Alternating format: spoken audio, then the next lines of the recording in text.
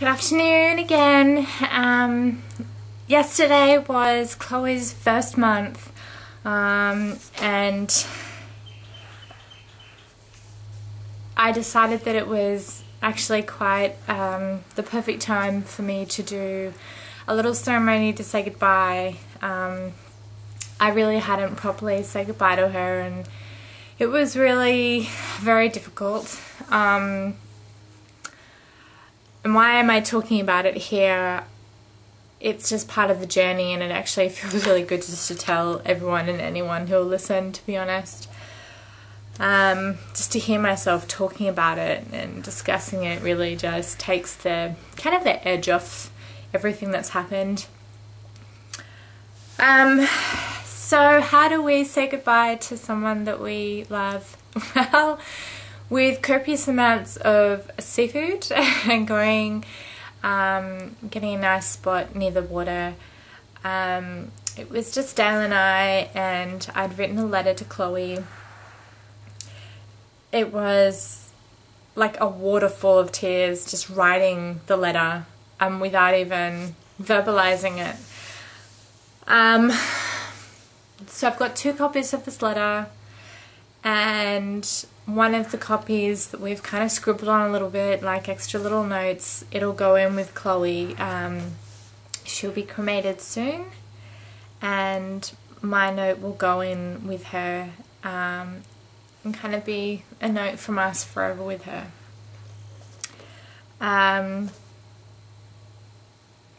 So yeah, we had a tray of oysters, crayfish and pesto, and some French champagne that we'd had hung on to from our wedding.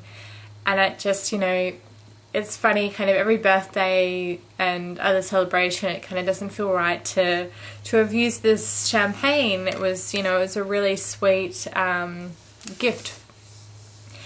And I decided this is the perfect time. We both, you know, shared the bottle, and to be honest, even after kind of, you know, it's now been about 10 months since I really last had any alcohol, it didn't really have much of an effect on me. Maybe it was because of everything else. It really didn't affect my head that much. It was, yeah, I thought that I'd be more woozy or something, but I really wasn't. I wasn't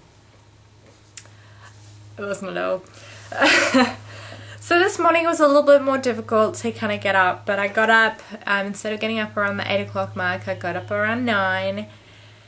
But I got up in the morning, I got up, had my breakfast, watched some nonsense TV for about 5 minutes, and then went and had my bath. I decided I was feeling kind of good, you know, after, you know, the concept of saying goodbye originally, when I realized it was something that I hadn't done, which I needed to do, was like this impossibly high hurdle. It was just, I had emotion running high every time I thought about it. It was obviously something that I needed to deal with, because, you know, when you start even thinking about this thing that's so fresh, that's so raw, even the slightest thought about it just brings tears to your eyes. And now I'm just that little bit less emotional about it. It kills me just a little bit less now, which is a really nice relief that I can think about it. You know, the idea of having to say goodbye to this little soul is just that little bit. It's horrible. It's a horrible thing. It's the worst thing in the world, and it just, you know, the thought that her birth was supposed to be this amazingly, perfectly wonderful event turns into this, you know, event that we'll always treasure that she was born, but just devastating that it turned out, you know, in such a horrible, like almost the worst situation. Worst would be that I wasn't here, or that, or, you know, I could be here but without the ability to have kids anymore. That's the severity of what I had, amniotic fluid embolism, is that women who have this sometimes can't have kids, sometimes they die, and then sometimes they are in this impossibly unlucky situation, but they get lucky, their family gets lucky, and people like me survive. It doesn't happen a lot. The whole scenario doesn't happen very much at all. Most unlucky.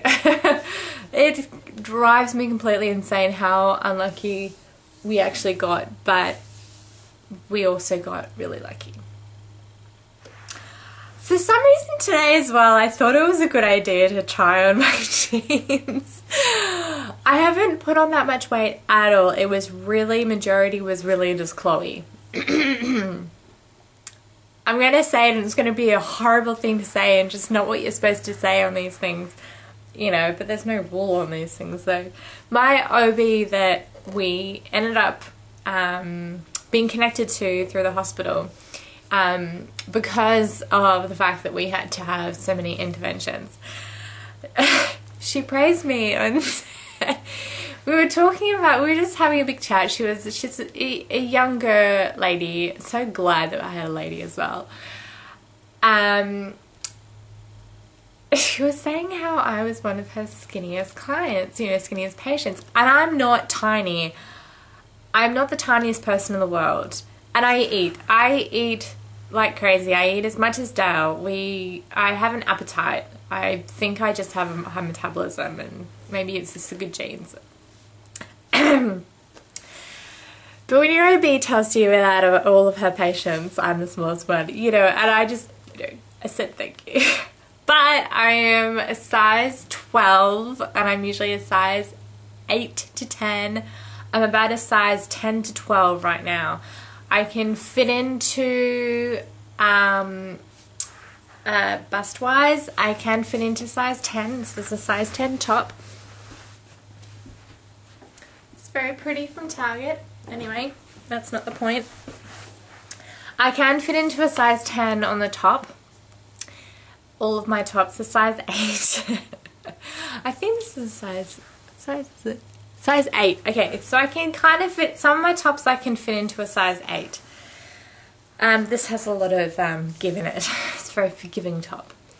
My pants, these yoga pants that I've got on, I've got like 5 pairs of these yoga pants.